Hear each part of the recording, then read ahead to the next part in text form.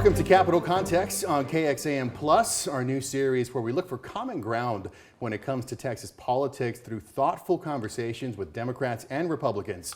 This week we're going to be talking about the U.S. Senate primary races here in Texas, along with some of the other big contests that could have big implications on the Texas legislature and therefore big implications for all of us. And we're also going to talk about data centers.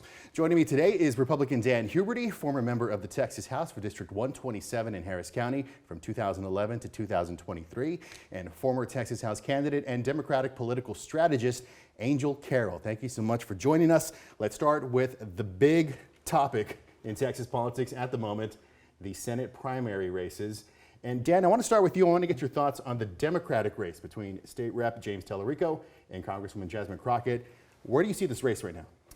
Well, interesting. So UH came out, the Hobby Center came out with a poll and had Representative Crockett up about 8 points roughly. And that was at the end of January. And so obviously early voting started, and we're kind of watching, you know, the polling and stuff like that. But Representative Tellerico got an unbelievable gift this past week when he was going to be on Stephen Colbert, and they didn't show the show, and then they put it on YouTube channel, and in a 24-hour period raised about $3 million and actually had about almost 10 million views to the interview. So I thought it was really interesting. But you know, predominantly, I served with both of them. Their politics are very similar, and so from a progressive perspective, I think they're both kind of in that camp. And what I think is going to be really interesting is who's going to be able to kind of gather the independent vote. Like, where is that going to go? And so it's very evenly matched, I think, from that perspective. And as the race, you know, flattens out a little bit over the next couple weeks, it's going to be getting turnout and who can you get to? And they've both been running really good campaigns from that perspective. Different campaigns, very different campaigns, but you know, really good campaigns. And so and what's really fascinating is that in Texas, at a statewide level, you haven't seen that really on the Democrat side in a long time, you know, where it's competitive. And so I think that's going to be really the fascinating thing. Angel, it's been an issue of electability, really. On the Democratic side, you've seen the attack ads, I'm sure, against Jasmine Crockett, saying that Republicans really want her to be the nominee. That way, they believe she's easier to beat by a Republican. What are your thoughts on this issue of electability? I mean, look, they both have already been elected, so I think that's not a question. When it comes to, do the Republicans want Jasmine over James? I've heard James Tellerico supporters say that Republicans want him over Jasmine Crockett. So one, I would ask, who do you prefer to be in the primary? But on top of that, when it comes again to electability, both of them have similar policies. You know, unfortunately, we've seen race play a part in this race that I don't think it should. But if we're completely honest, a white man as a Democrat hasn't flipped this seat either in the last couple of years. So I'm not really sure why that is being brought up in a lot of these conversations, but that's the truth that we're seeing.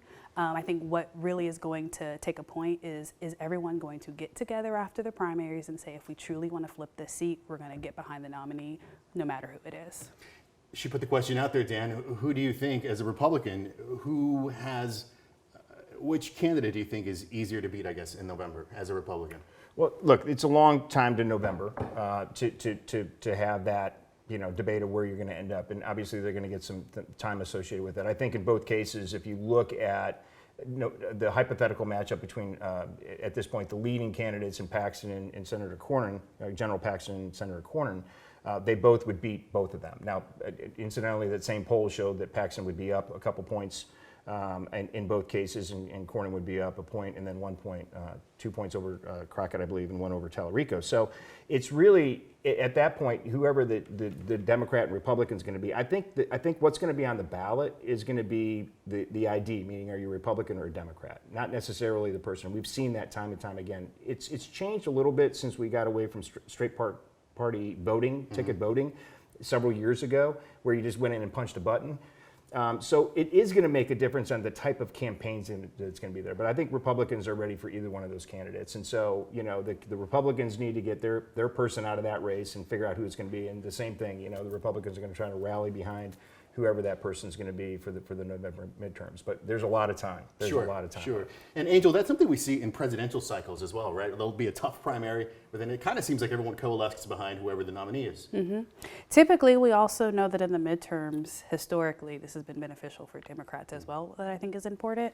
But, we're walking into unprecedented times. People are upset. People are hurting. They see it when they go fill up their gas tanks, when they're going to the grocery store. People are just trying to survive in this world. And so I think looking at the economy, what we're seeing on the national level is going to have a play in this as well. And I think that the Republicans are really going to have to show up and show why they're different. Cornyn recently said, if I'm not the nominee, Republicans have something to worry about. And I think that that's true. Dan, how do you feel the midterms of it all plays into this race, the Senate race? Well, I think it's clear. I mean, she's right. Traditionally, the president does not do well, or the president's party does not do well during a midterm. And again, we have a long runway to go. And I know that if you look at the amount of money that is going to be spent in Texas, it's going to be hundreds and hundreds of millions of dollars that's going to be spent. We've got the governor, lieutenant governor on the ballot this time, and they're going to be out there campaigning, and they're campaigning right now. I know Governor Abbott's out there working hard for the Republican primary candidates right now, and he's out there doing events every single day, and he's getting the messaging out that's going to be out there. And so it could potentially be a tough midterm for sure. It's certainly from a federal perspective, that's concerning about that of where that's going to go. And then obviously what happened with the redistricting in Texas, and they did that across the country.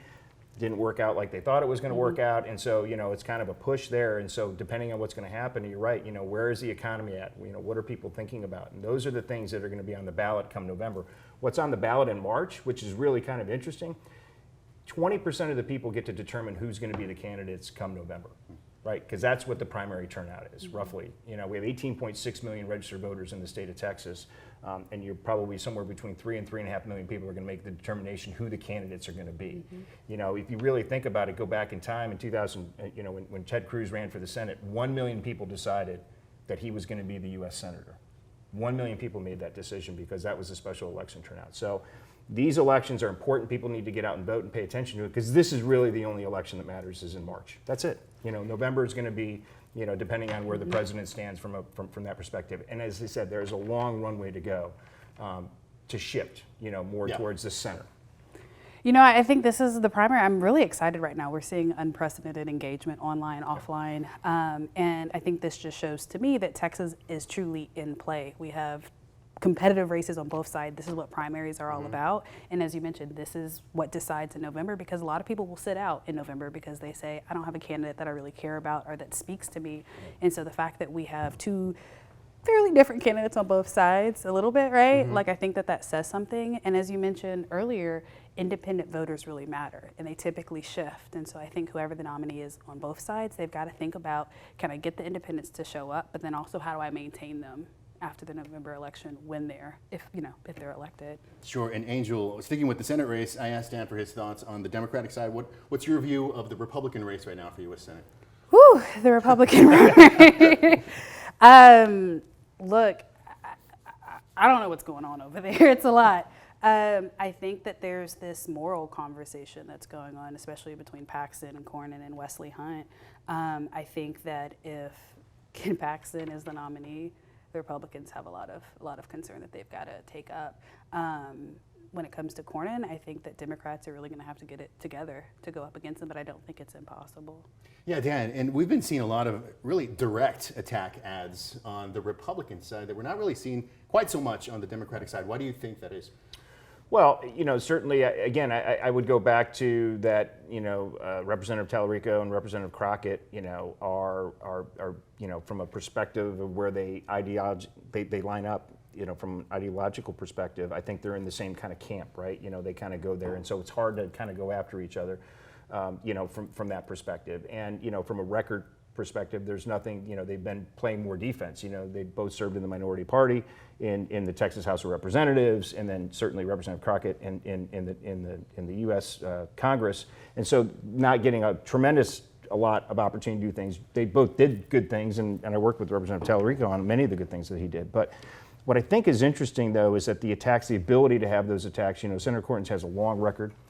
So they're going after some of the things that he tried to do over the years, and certainly, and then with General Paxton, obviously, people are watching the attacks that are happening against him. I think it's just the nastiness of what we're seeing in politics today. It's just the nature of it. And as I said to somebody, and this is kind of, I'm going to date myself here, okay? So I just want to tell you that when I first ran for office, Facebook didn't exist and there was no Twitter. Sure. And so we didn't have to deal with that, right? So I couldn't even imagine having to go through the stuff that the candidates are going through today, and the personal attacks and all the things that are happening, and it's ugly. And you know, and so from that perspective, and there's so much money being poured into these races. I mean, millions and millions of dollars on the, at least on the Senate side, and certainly when you think about down ballot, and it's just it's a huge sum of money to counterbalance of where, you know, and what attacks are going to resonate and what's going to hit. But what they're doing is they're looking at it and they're polling and they're doing push polling and they're figuring out. So they're making phone calls or they're doing things. They're saying what is going to hit, what's going to land. And so that's what happens, is that, you know, these political consultants are smart. You know, they're figuring out what's going to hit, what's going to land, and what's going to bring you down. And so what they're trying to do is they're trying to drag each other down. You know, you think about it from this perspective. If you've got an older brother and they're swimming in a pool, you're grabbing his leg to pull him back, and that's what politics is. You're always trying to bring them back, and so that there's going to be a one-on-one, because it's going to be a runoff. I mean, nobody's going to get 50%. I don't believe in that race, and so we're going to see a runoff, and then that's when the gloves are really going to come off. I've got to ask, I'm not sure if you're seeing this on the Republican side. What I'm seeing on the Democratic side is I think the consultants are also having a bit of a learning curve as well. I think what's traditionally worked when it comes to messaging and attack ads isn't working the same as it has previously. And so I'm really curious to see how that checks out. Well, you know, the other thing I'd say is that I think what's interesting is that the people that are supportive of whether it's General Paxton or Senator Cornyn, or, you know, Representative Crockett or Representative Tallarico, their camps are set, meaning their people are their people, right? You know, and it doesn't matter what you say about them and how you say it. And we saw that during the process of what General Paxton has gone through his political career, is that he's been able to get through some of those things over the years. And the same with Senator Cornyn. And so they know that they have their base. You know, they have that strong base. And so what's going to happen is that I really believe, I think it's going to end up, you're going to see Cornyn and Paxton in the runoff, and then, you know, where do the Hunt voters go? You know, where do those people end up at the end? And to see where it lands. And then obviously, you know, we're going to get overtime in several of these races, and so it's not over. You know, I mean, March is, you know, it's just the beginning of it. This is just the very beginning of the campaigns, and so it's going to get pretty ugly. Speaking of the other races, Angel, we talked about there's governor on the ballot, lieutenant governor, attorney general. What race do you think is going to have the biggest implication moving forward, aside from the Senate race? What's the other big race you think? I mean, I'm really excited about the governor's race and to see how this turns out. You know, as we know, because everyone's talking about the Senate race, that's going to affect folks down the ballot. So I think top of the ticket, the governor's race. I think if Gina makes it out, that's going to be really interesting to see how that's affected there. I'm really just trying to figure out what's going to happen with the lieutenant governor and land commissioner races and AG, like who's going to come out of those primaries. I think depending on who that candidate is, we'll see a big fight. Yeah, Dan, same question. What's the other big race? You know, it's interesting. People wouldn't know this, but Governor Abbott has, I think there's 11 people in that race. He's got 10 opponents. Nobody knows. I mean, you know, it's like, you know, he's going to, you know, the governor's the most popular Republican politician in the state of Texas by far, absent of Trump, I would suggest. Obviously, very high name ID. You know, his favorables are better than his unfavorables. You know, and he's very good at what he does. I mean, he's been at it a long time. He's very good at what he does. So you know, no problems there. And certainly on the lieutenant governor side, you know, I expect the same.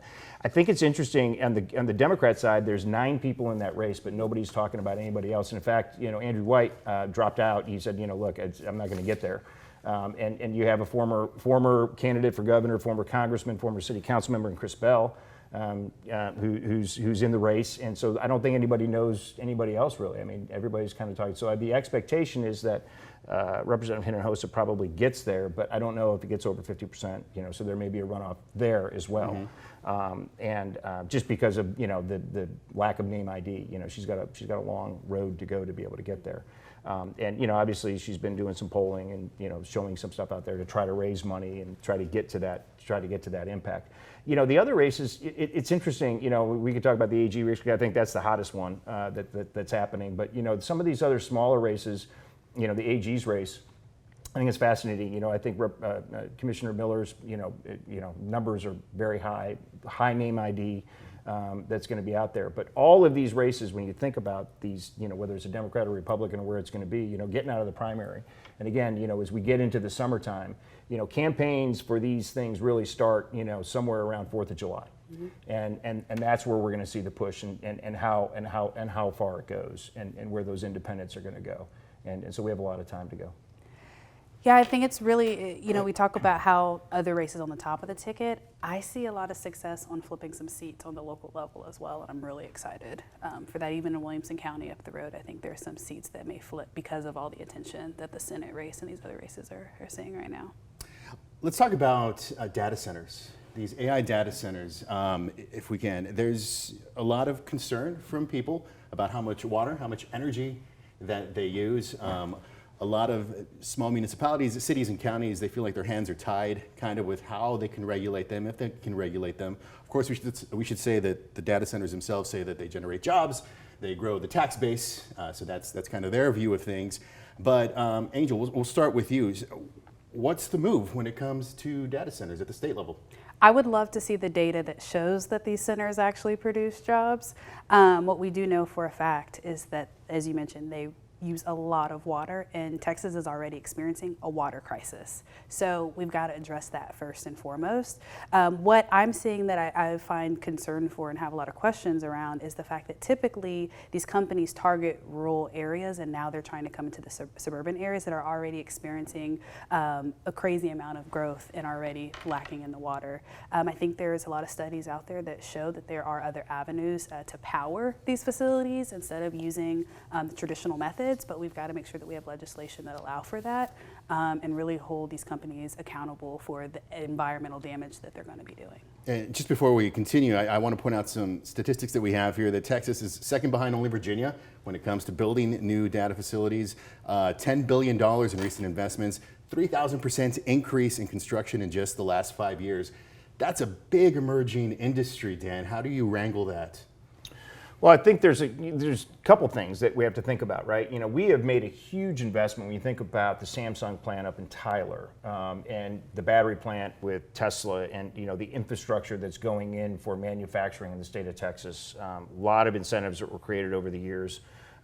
They have a very reasonable, pretty good incentive program right now to bring companies back to be producing these things. So, I'm a huge advocate for creating opportunities, manufacturing jobs. I think that Texas is one of the best places to live and work, and so I think that manufacturers and people that are doing that are seeing that. AI and the data centers and those hubs, are critically important. Obviously, they have to be located in the right place. You don't obviously want to have a data center in the middle of a hurricane path, right? Sure. So that's why you're seeing them be in Central Texas or West Texas and places like that, because they have to be able to be able to deal with that. I served for a period of time on state affairs, which deals with a lot of the electricity and the energy and stuff like that, and that was always a struggle. Now we didn't have that much of a discussion at that point in time because we were always worried about the capacity of the grid and where it's at. They made a huge investment in the last several sessions in incentivizing and trying to create power sources and the ability to have power sources, and I know that they're talking about other sources, because there was a huge push on wind and solar. It doesn't work if it's not hot, if the sun's not shining, if it's not blowing, Sure. It ain't working. Fair assessment. And so you have to look at other alternative sources like nuclear and things of that nature. And so they're building it, and they're building the infrastructure along with it to come with it. And those do create jobs, and those do create opportunities. In particular, if you listen to some of the things that the governor, lieutenant governor, and certainly the Speaker of the House have said, in particular last session, in particular in those committees, they're saying, listen, we have got to make this infrastructure investment, and we're doing it, and we're going to incentivize you to be able to do it, to build the plants, to be able to have the power, because Texas should be the capital of the data centers and all of the things that are going to drive computing and everything over the next generation. And so we're investing in it appropriately, and I know the leadership here is taking that very seriously. We're wrapping things up here. We got about 15 seconds. Angel, some parting thoughts on these data centers. I mean, look, we've got to figure out a way to invest in renewable energy.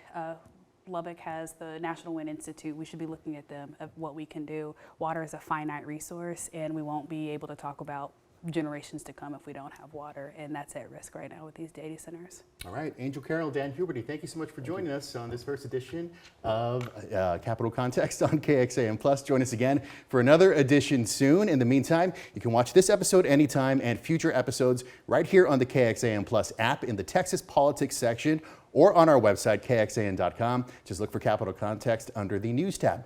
I'm Daniel Marin. Thanks so much for joining us.